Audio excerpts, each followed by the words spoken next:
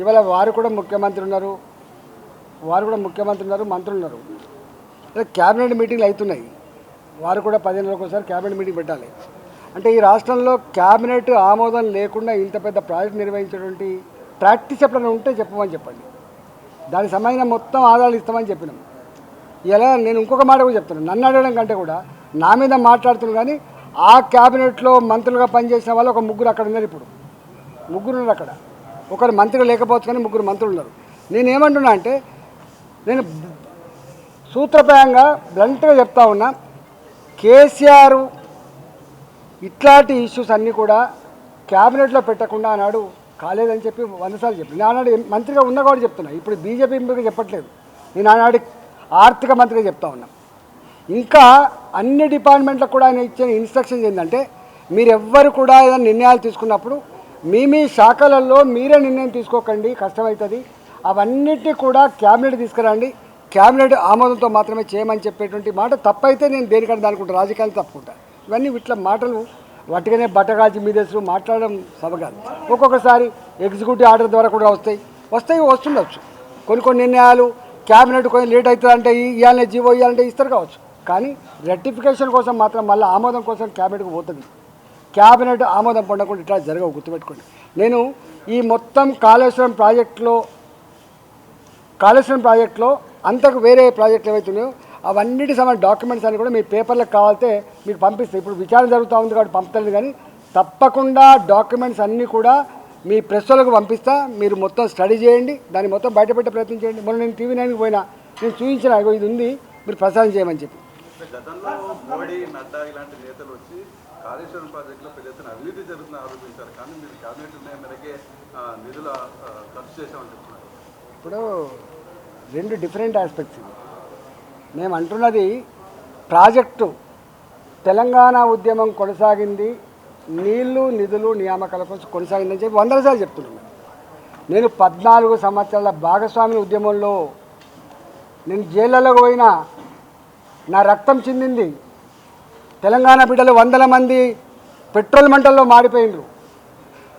ఆ త్యాగాల ఫలితంగా వచ్చిన తెలంగాణలో ప్రాజెక్టులు కట్టన్నా లేదా మీరు చెప్పండి. ఒకటి ఆ ప్రాజెక్టు కూడా నేను అడుగుతున్నా, గతంలో నెట్టెంపాడు కానీ, భీమా కానీ, కోయిల్ సాగర్ కానీ ఎవరు మొదలుపెట్టిండ్రు?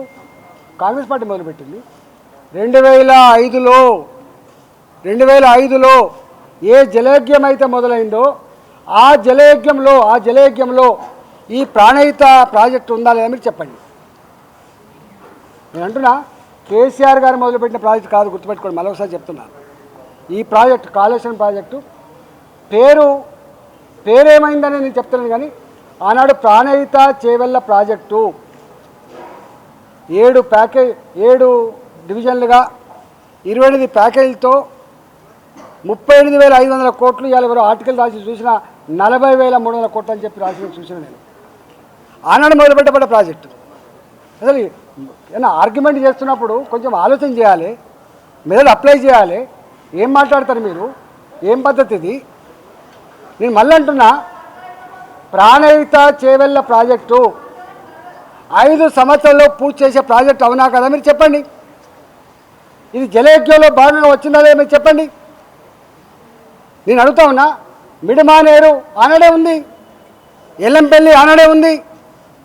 కేసీఆర్ గారు రీడిజైన్ చేసిన దాంట్లో 3 ఎక్స్ట్రా వచ్చినాయి. 1 సుందిల్లా, 2 అన్నారం, 3 మేడిగడ్డ.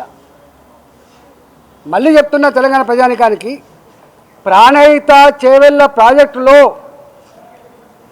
కొత్తగా చేసినవి 3 మాత్రమే. 1 సుందిల్లా, అన్నారం, మేడిగడ్డ. ఎల్లంపల్లి పాతదే, మిడిమానేరు పాతదే, మల్లన్న సాగర్ పాతదే, కెపాసిటీ పెంచుకున్నాం. కొండపోచమ్మ సాగర్ పాతదే, కెపాసిటీ పెంచుకున్నాం. ఇవాళ ఆనాడు ఏ రిజర్వాయర్లు అయితే డిజైన్ చేయబడ్డాయో ఆ రిజర్వాయర్లు మన అనుకున్న పంట పొలాలకు నీళ్ళు ఇవ్వలేవు. వర్షాకాలం నీళ్ళు అందుబాటులో ఉంటాయి, వర్షాకాలంలోనే కరెంట్ అందుబాటులో ఉంటుంది, వర్షాకాలంలోనే ఎత్తిపోసుకోవాలి, వర్షాకాలం నిల్వ పెట్టుకోవాలనేటువంటి కాన్సెప్ట్తో ఆనాడు రిజర్వాయర్ల స్థాయిని పెంచిండ్రు. ఎట్లా మాట్లాడతారండి?